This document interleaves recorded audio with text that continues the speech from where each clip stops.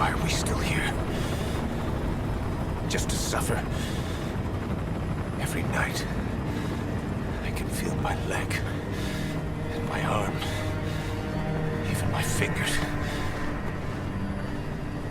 The body I've lost, the comrades I've lost, won't stop hurting. It's like they're all still there. You feel it too, don't you? I'm the one who got caught up with Cypher. A group above nations, even the US. And I was the parasite below, feeding off Zero's power.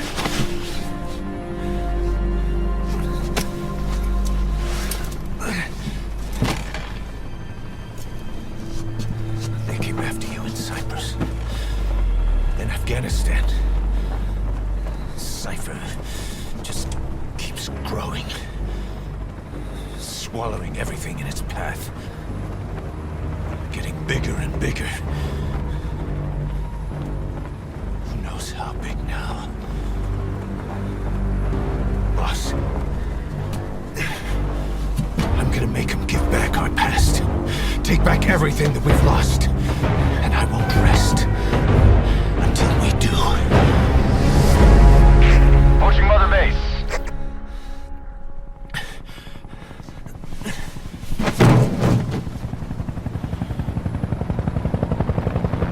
Our new Mother Base. I don't know how long it'll take, but I'll make it bigger. Better than before. God. What should I do? Boss? Tell me. Tell me like you used to.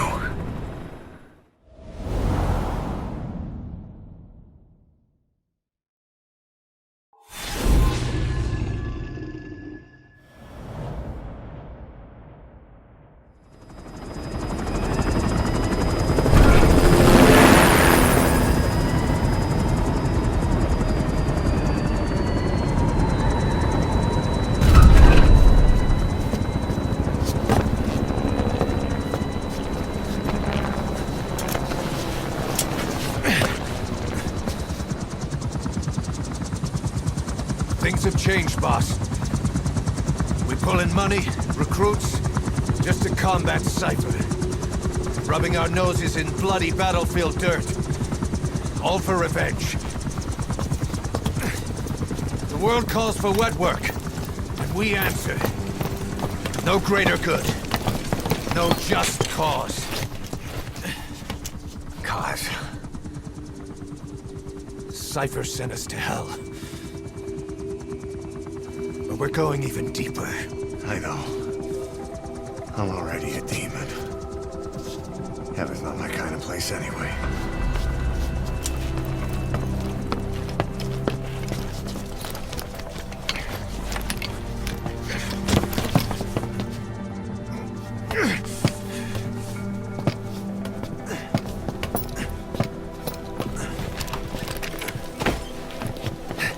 Dogs of war for 9 whole years.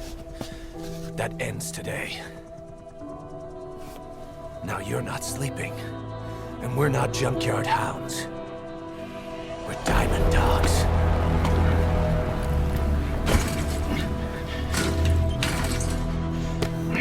Let them talk.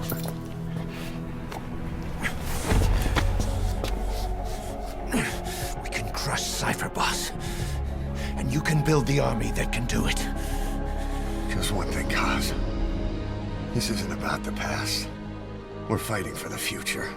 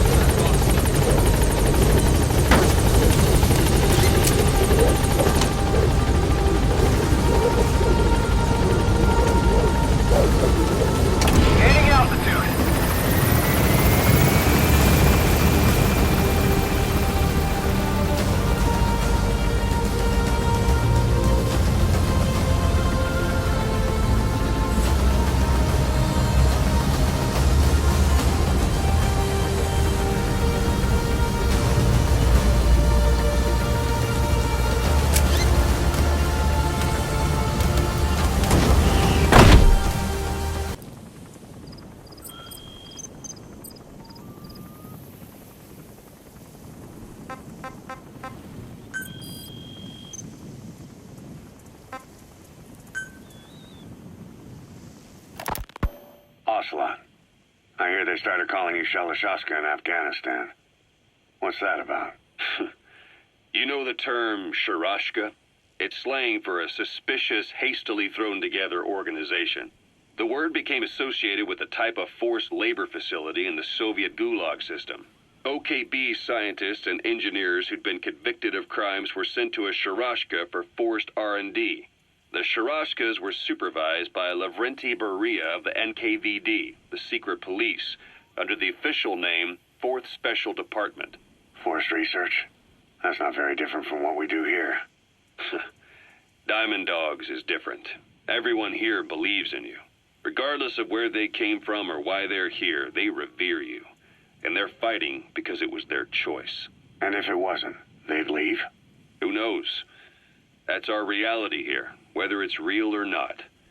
If there's another truth, I don't want to know it. All that matters is that's the concept that's taken shape in their heads. The traces of a group ideology, our superstructure, to put it in Marxist terms. All right. Go on. Right. So anyway, at some point the enemy started calling me Sharashka. This was after the war in Afghanistan broke out. While I was keeping an eye on you in that hospital, I was also heading up interrogations here. The men I broke gave up their comrades and families, everything they wanted to protect them most. No real cause for it.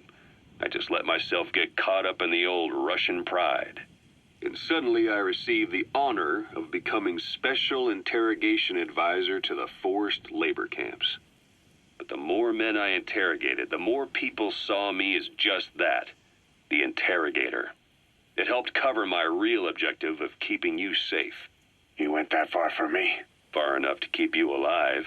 I ended up being pretty well known among the Afghan guerrillas. Some of them would have seen me on the battlefield, and that's how I got the second half of the name. Shashka.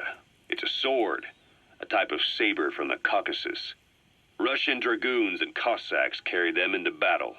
Now, the Russian Empire had a general by the name of Fyodor Arturovich Keller. His bravery earned him the nickname Russia's Greatest Shashka. Someone must have known about that, because somewhere along the line, Shashka got stuck on the end of Sharashka.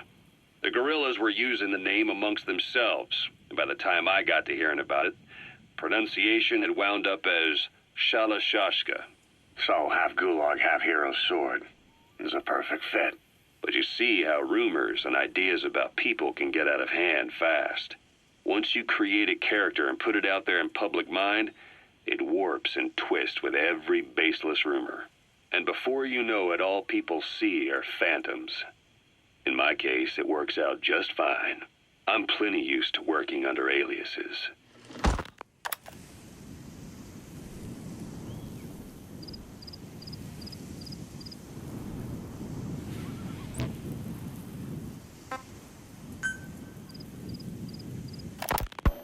So SALT II still hasn't gone into effect?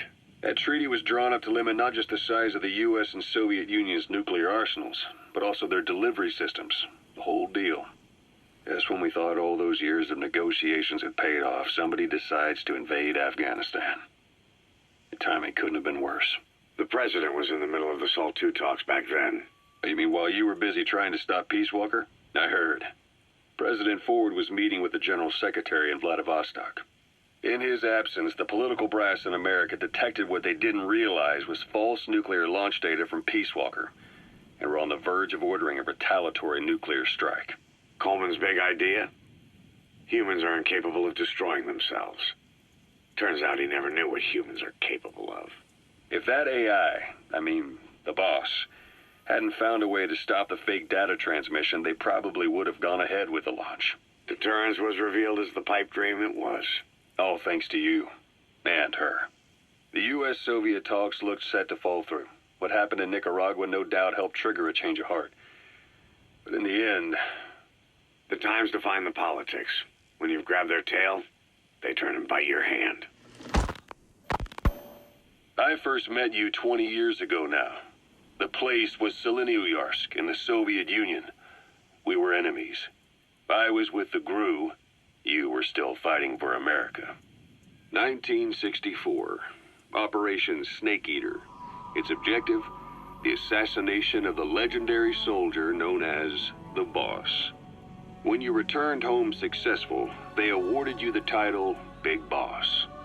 Your CO, Zero, sought to carry on the boss's will by covertly establishing his own organization. You knew the original members from Operation Snake Eater. From America, there was David O., or as he was to you, Major Zero. Donald Anderson, a.k.a. Sigint. Dr. Clark, who went by paramedic during the operation. And the fourth, you. From China, there was Eva. And me, Ocelot, from the Soviet Union. 6 in total. To us, government notions of friend and foe were meaningless. As were East and West, we joined forces by our will alone. Our objective was to fulfill the boss's dying wish, to make the world one. And to do it, Zero used the Philosopher's Legacy, the secret war fund you obtained during Operation Snake Eater. This organization would go on to become Cypher. I, on the other hand, was left with the problem. You only recovered half of the legacy. I had to locate the other half myself. When I found the funds, I passed them on to Zero, just as you wanted. I still trusted him in those days. We thought what he was doing was the boss's will, until he started that one project. Les enfants terribles, Zero called it. You parted ways, as did Eva, leaving only Anderson and Clark still with him. I maintained limited contact, although truth be told, we were just keeping tabs on one another. The reason was always you. After you returned to the Army and created Foxhound, you left America. For a time, even I'd lost track of you. I'd imagine Zero did too. You always were the best when it came to hide and seek.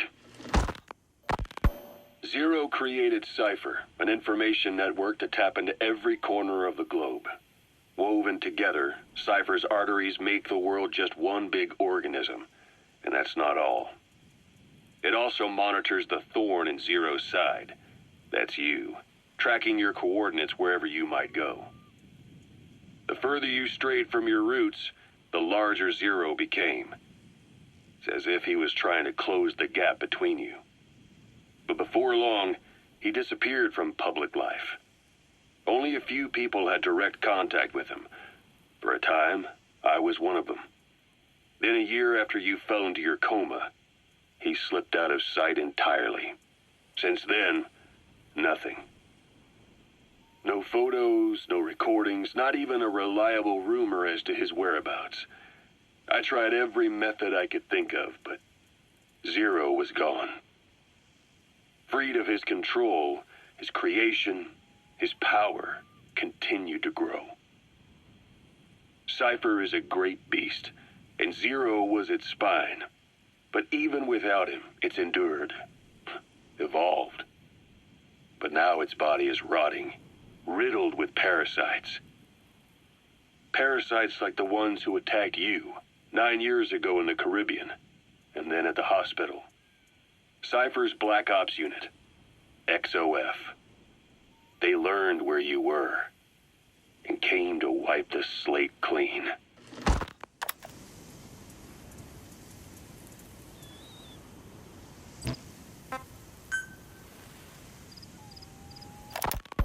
Christmas Eve, 1979. The Soviet Union rolled into Afghanistan. Muslims had revolted against the Soviet-friendly regime established the year before. The DRA forces could no longer contain it themselves, so the Soviets went in to intervene. The Afghan government was powerless and fraught with infighting. They lost the hearts and minds of the people, and that alarmed the Soviet leadership. With the Islamic Revolution happening in Iran, the Soviets felt they had to act fast or risk the spread of Islamic revivalism. A superpower, sending a motorized rifle division against men on horseback with antique rifles. Everyone thought it'd be over in an instant, only it wasn't. Some Muslims made their fight a jihad, a holy war, and began a guerrilla campaign on all fronts. A war of attrition. These fighters call themselves Mujahideen. They're being supported by the West through Pakistan. That's why Miller was involved. He was training them near the Zero Line, sponsored by the CIA. The war has become a nightmare for the Soviet troops stationed here. They thought they'd be headed home in 6 months at the most. Then a year passed. 2 years. Now here we are 4 years on with no exit in sight.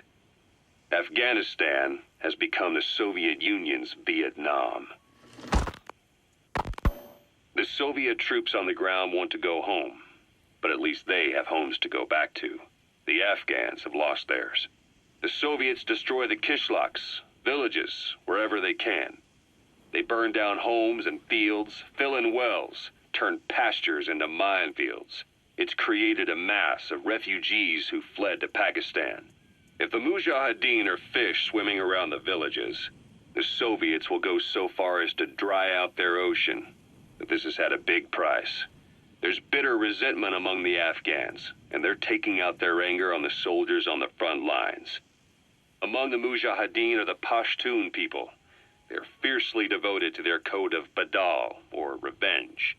Soviets they've captured have had their hands, feet, and noses cut off before being left to die at the side of the road, just to show their comrades what they're capable of.